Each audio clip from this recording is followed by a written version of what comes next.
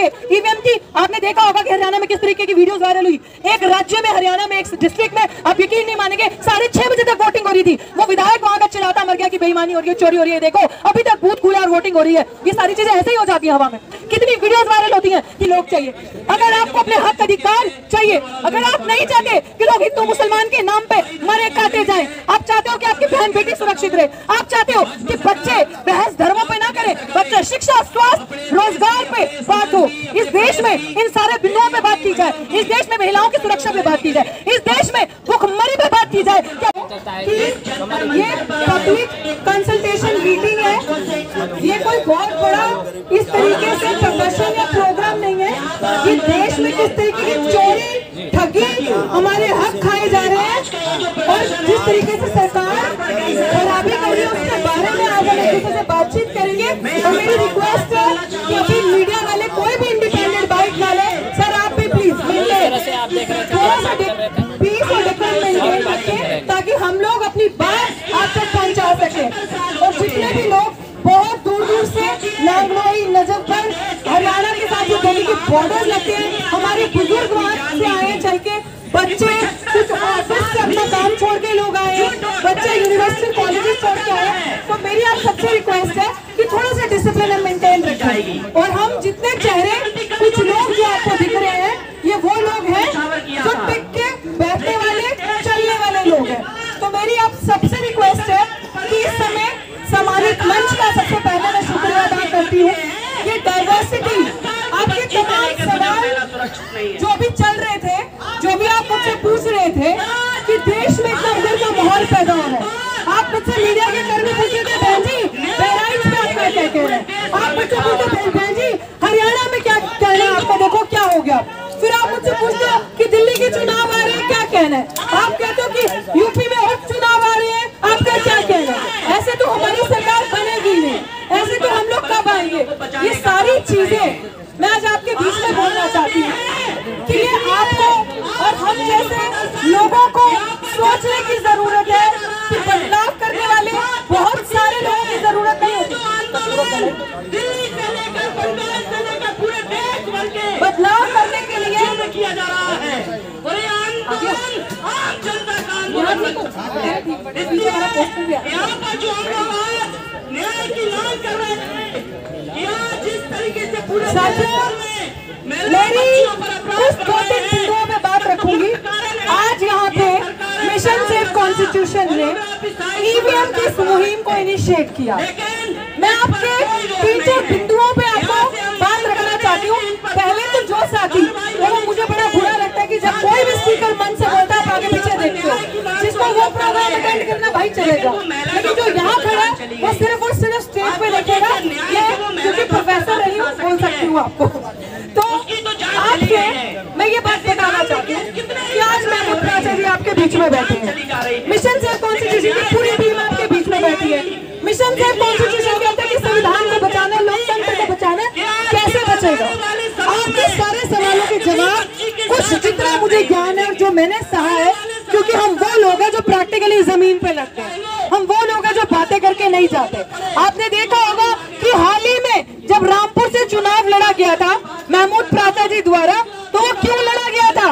वो चुनाव इसीलिए लड़ा गया था क्योंकि उससे पहले जब हम ईवीएम का मुद्दा उठाते थे, बोलते थे, तो वो कहते थे कि आपका सबूत क्या है, किस आधार पे आप अपनी बात रख रहे हो।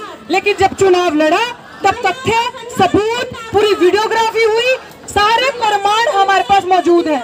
सरकारें आपको ये दिखाने के लिए कि ईवीएम 100% सेफ है, ईवीएम से चुनाव होना चाहिए, कोई दिक्कत नहीं है। आरएसएस के लोग खुद ऐसी पिटीशन सुप्रीम कोर्ट में डलवाते हैं खुद, ताकि उनके मनुवादी जजेस उन पिटीशंस को डिस्पोज ऑफ करें, गलत बयानबाजी करके वहां पे जानबूझ के वो बंद कर दे और दिखाएं कि देखिए उनकी पिटीशन थी और वो रद्द हो गई और ईवीएम 100% सुरक्षित है, सेफ है। ये आपको प्रमित किया जाता है। प्राचा साहब की पिटीशन वहां पे पड़ी है, सुनवाई होती है और डिटेल में मैं नहीं इस चीज की, आई थिंक प्राचा साहब आपको खुद बताएंगे। इसी चीज के लिए हम लोगों ने ये मुहिम बड़े ईमानदारी से और बड़े दुख से ये छेड़ी है कि अगर हम नहीं लड़ेंगे तो कोई नहीं इसे लड़ेगा। और इस समय, इस पॉइंट में, इस सिचुएशन पे अगर आपको तथ्य प्रदेश में अपनी सरकार चाहिए, ईमानदार लोगों की सरकार चाहिए। अगर आपको दिल्ली में आने वाले चुनाव में अपनी भागीदारी, अपनी सरकार चाहिए, अपने लोग चाहिए, अगर आपको अपने हक अधिकार चाहिए, अगर आप नहीं चाहते कि लोग हिंदू मुसलमान के नाम पे मरे काटे जाएं, आप चाहते हो कि आपकी बहन बेटी सुरक्षित रहे, आप चाहते हो कि बच्चे बहस धर्मों पे ना करें, बच्चे शिक्षा, स्वास्थ्य, रोजगार पे बात हो, इस देश में इन सारे बिंदुओं पे बात की जाए, इस देश में महिलाओं की सुरक्षा पे बात की जाए, इस देश में भुखमरी पे बात की जाए कि अपने पड़ोसी देश से भी भारत बद से बदतर हो गया भुखमरी पे। शर्म नहीं आती? मैं आज बात करती हूँ बड़े बड़ी उन एनजीओ को जो बड़ा बड़ा फंड लेते हैं, बड़ी बड़ी विमेन, महिलाओं की विमेन एम्पावरमेंट की बातें करते हैं, और जब आप सिग्नल पर रेड लाइट पर गाड़ी लगाते हो तो गरीब की बच्चियां छोटी छोटी वहां भीख मांग रही होती हैं, वहां पे प्रदर्शन करके दिखा रही होती हैं। ये है हमारे भारत की असलियत, ये है हमारे देश की असलियत, क्योंकि सरकार ठगों के और चोरों के हाथ में है। आप लोग सोचते हो कि जमीन तो हमारी इतनी मजबूत है, जमीन पे तो हमारी रैलियों में इतनी भीड़ आती है, लोग इतने सारे हमारी रैलियों में होते हैं जब इलेक्शंस होते हैं, तो वो इलेक्शन वोट जो है वो हमारे लोगों का वोट काउंट क्यों नहीं होता? हमें जब वोट देने जाते हैं तो ऐसा क्या होता है कि जिस जगह का किसान इतना परेशान है, जिस जगह पे सबसे ज्यादा प्रताड़ना हरियाणा, पंजाब जैसी जगह पे सरकार ने इतना बद से बदतर सलूक किया, फिर वहां पे पंजाब में देखो तो भाजपा का वोट काउंट बढ़ जाता है, हरियाणा में देखो तो पूरी सरकार बन जाती है, उत्तर प्रदेश में आपने देखा कि कैसे लीड ले गई। तो ये सारी चीजें सिर्फ और सिर्फ ईवीएम के तहत हो रही है। और जिन लोगों को ये चीज लग रहा है कि ईवीएम का मसला मेरा क्या करना है, जो पार्टी अभी भी गफलत की नींद में है, जिनको इस चीज का अहंकार है कि अरे हम ईवीएम नहीं ठीक है, क्या सड़कों पे जाएंगे, हमारे पीछे तो इतने लोग हैं, जिन पार्टीज को ये वहम है कि आप संविधान का नाटक करके संविधान की किताबें उठाकर सड़कों पे रैलीज निकालोगे और बोलोगे कि हम संविधान बचाने निकलेंगे और दूसरे का वोट काट के अपनी सरकार बना लेंगे, तो आप सब इस देश की अखंडता को, इस देश को कमजोर कर रहे हो। क्योंकि इस चीज से अगर आपको लग रहा है कि भाजपा आपकी संख्या से डरती है, अगर आपको लग रहा है कि आरएसएस आपकी संख्या ज्यादा और आपको जीतने देगी, तो नहीं, वो साम दाम दंड भेद की राजनीति करी है। उसे पता है कि किस तरीके से सत्ता में रहना है, उसे पता है बेईमानी करके, ईवीएम का इस्तेमाल करके। ईवीएम की आपने देखा होगा कि हरियाणा में किस तरीके की वीडियोस वायरल हुई। एक राज्य में, हरियाणा में, एक डिस्ट्रिक्ट में, आप यकीन नहीं मानेंगे, 6:30 बजे तक वोटिंग हो रही थी। वो विधायक वहां का चिल्लाता मर गया कि बेईमानी हो रही है, चोरी हो रही है, देखो अभी तक बूथ खुला और वोटिंग हो रही है। ये सारी चीजें ऐसे ही हो जाती है हवा में। कितनी वीडियोस वायरल होती हैं कि ईवीएम सेफ नहीं है। राजा सर को आपने देखा कि लगातार जिस दिन से इस लड़ाई को लड़ रहे हैं, लगातार आवाज उठा रहे हैं आप सबको जागरूक करने के लिए। तो मैं ये चाहती हूँ कि अगर मेरी बहनें जितनी भी यहाँ पे बैठी हैं, वो चाहती है कि हम सुरक्षित आधी रात को भी सड़कों पे चले, हम सुरक्षित कभी भी सर उठा के कहीं पे भी निकल सकते हैं, हमें डर ना हो कि कोई हफ्सी आकर हमें अटैक करेगा, खाएगा, या हमारे साथ बदसलूकी करेगा, या हमारा अपहरण होगा, या किसी गरीब की बहन बच्ची का रेप होगा।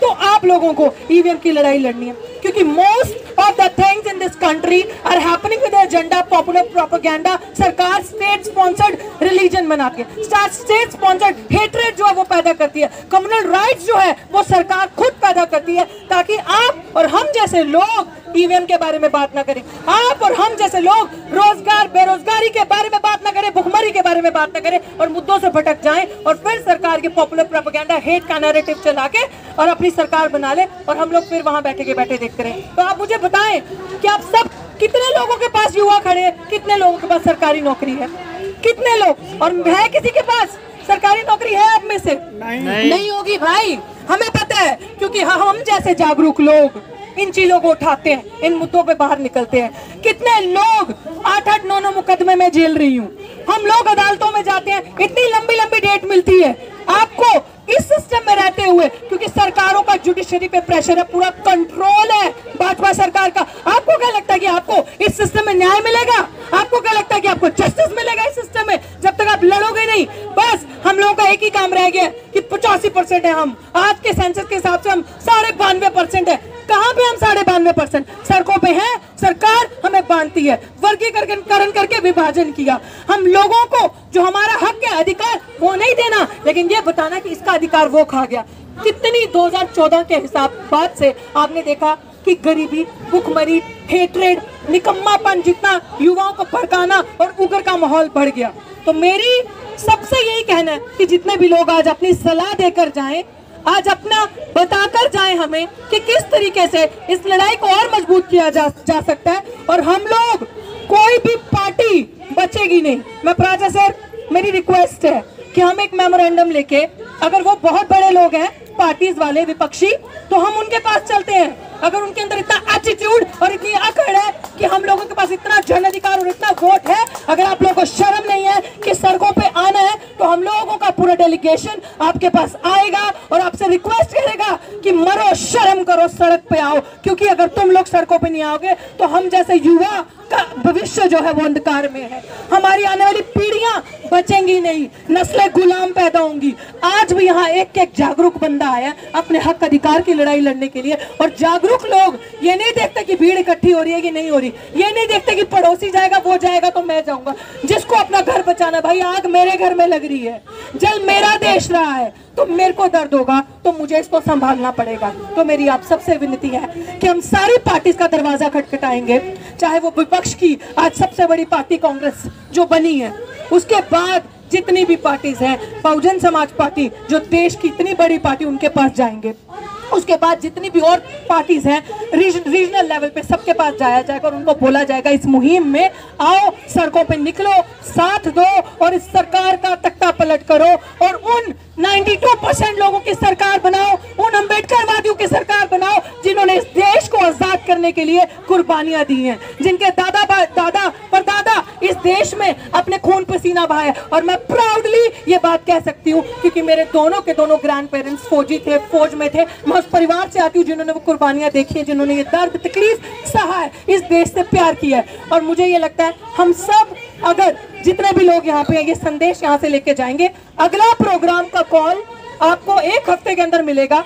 और हम किसी का इंतजार नहीं करते, हमें जरूरत नहीं है दलालों की, हमें जरूरत नहीं है ऐसे लोगों की जो चंदाखोर लोग हैं, हमें जरूरत नहीं है ऐसे लोगों के साथ की जो गरीब लोगों को बड़ी बड़ी भीड़ लगाएंगे, भड़काएंगे और ऐसे प्रोग्राम करके चले जाएंगे जिसका कोई सोल्यूशन नहीं होता। हम डंके की चोट पे अपने दम से कहते हैं कि हम संसद में भी ये लड़ाई उतनी ही मजबूती से लड़ रहे हैं जितनी मजबूती से सड़क पे लड़ रहे हैं। आपने देखा था दिल्ली यूनिवर्सिटी का वो प्रदर्शन, उस केस में 9 FIR मेरे पे हुई, लेकिन सर नहीं झुकाया। वहां से हमारा धरना हटाने के लिए 144 लगा दी कि ये लोग बैठ ना सके, लेकिन फिर भी हम हारे नहीं, उतनी मजबूती से हम कोर्ट में लड़ रहे हैं।